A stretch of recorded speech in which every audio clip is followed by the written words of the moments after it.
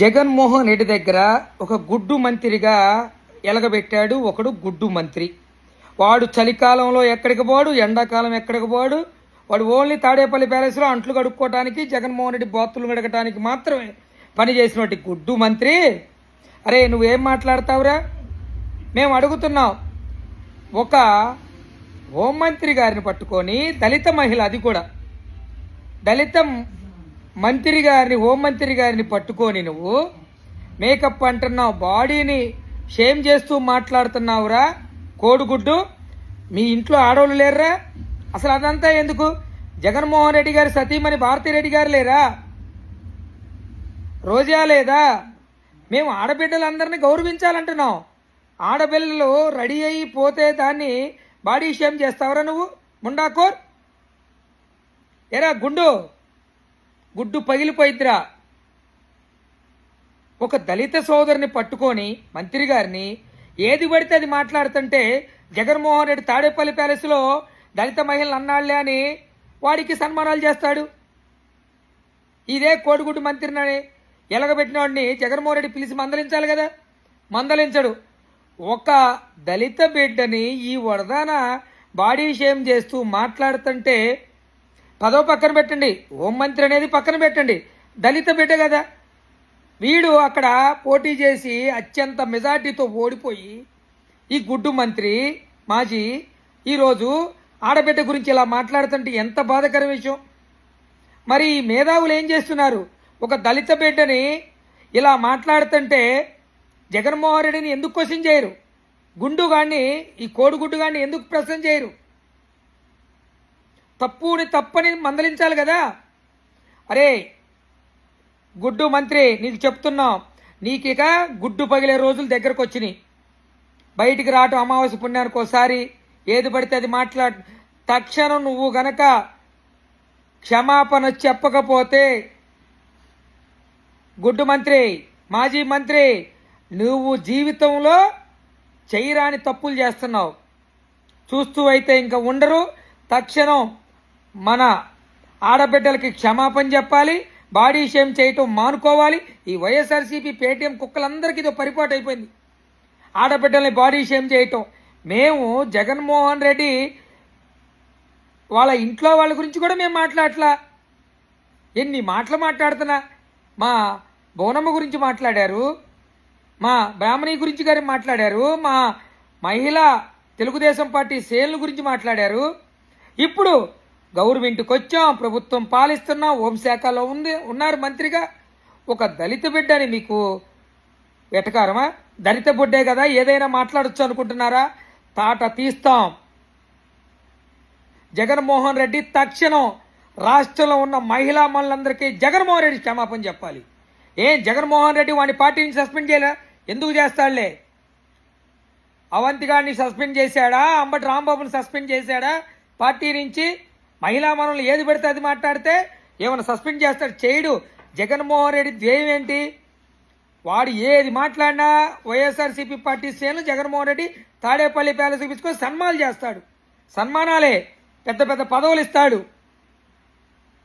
జగన్మోహన్ రెడ్డి గారికి కూడా చెప్తున్నాం, మీరు ఇలాంటి సాంప్రదాయాన్ని కంటిన్యూ చేస్తూ ఆడబిడ్డల్ని పదే పదే బాడీ షేమ్ చేసుకుంటూ వెళ్తే మీకు వచ్చిన 11 కూడా ఒకటే అయిద్దని జగన్మోహన్ రెడ్డిని హెచ్చరిస్తూ తక్షణం మా హోంమంత్రికి క్షమాపణ చెప్పాలి జగన్మోహన్ రెడ్డి.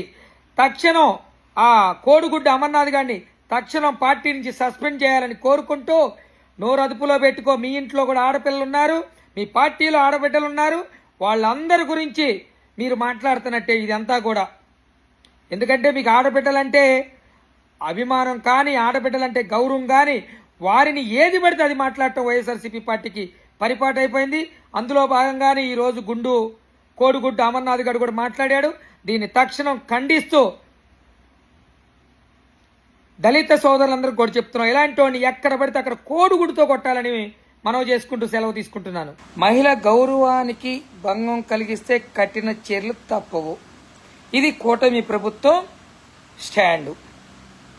రాష్ట్ర హోంమంత్రిగా విజయవంతంగా బాధ్యతలు నిర్వహిస్తున్న ఒక దళిత మహిళను కించపరిచే విధంగా మాట్లాడిన మాజీ మంత్రి గుడివాడ అమర్నాథ్పై కోడిగుడ్డి మాజీ మంత్రిపై ఇప్పటి వరకు గొడ్డల పార్టీ వారు అధినేత అయినటువంటి జగన్మోహన్ రెడ్డి ఇంత చర్య కూడా తీసుకుపోవటం సిగ్గుచేటు హేమైన పద్ధతి ఇది.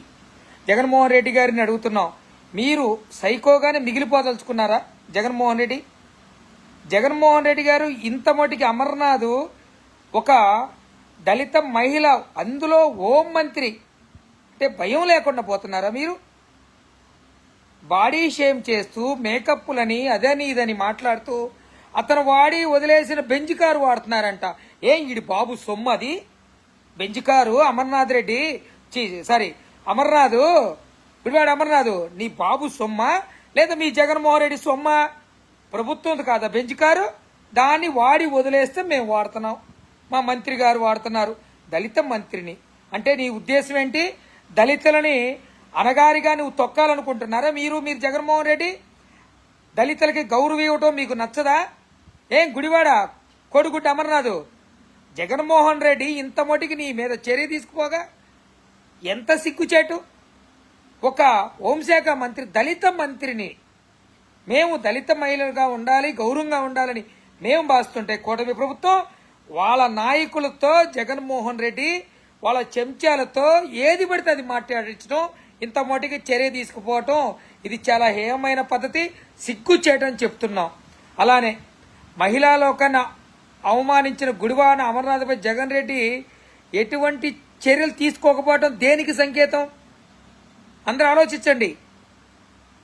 జగన్మోహన్ రెడ్డి ఈయన మీద చర్య తీసుకోకపోవటం దేనికి సంకేతం అని మేము అడుగుతున్నాం. అలానే గుడివాడ అమర్నాథ్ చేసిన రాష్ట్ర మహిళలను అవమానించే విధంగా సభ్య సమాజం తలదించుకునేలాగా ఈ వ్యాఖ్యలు ఉన్నాయా లేవా? ఇది కొత్త ఏం కాదు. జగన్మోహన్ రెడ్డి టీము, ఆ సైకో టీము మన రాష్ట్రంలో ఉన్న ఆడబిడ్డల మీద ఇలాంటి మాటలు పదజారాలతో వారిని బాడీ షేమ్ చేస్తూ వాళ్ళ ఇంట్లో వాళ్ళ గురించి ఇవన్నీ మాట్లాడటం వాళ్ళకి పరిపాటి, ఈ గొడ్డల పార్టీకి జగన్మోహన్ రెడ్డికి. అలానే గుడివాడ అమర్నాథ్కి ధైర్యం లేక వ్యక్తిగత దోషం చేసుకొని రోజుకొక నాయకుడితో హోంమంత్రి గారి మీద మాట్లాడించటం ఎంత హేయమైన పద్ధతి. ఒక దళిత మహిళ మీద ఇలాగా మాట్లాడటం ఎంత వాటికి సబ్ అని అడుగుతున్నాం. అలానే నిన్నగాక మొన్న అంబటి రాంబాబు, ప్రసన్న కుమార్ రెడ్డి, నేడు గుడివాడ అమర్నాథ్, ఇలా రోజుకొక నాయకుడితో మహిళలను అవమానపరచటం గొడ్డల పార్టీకి సర్వసాధారణమైపోయింది.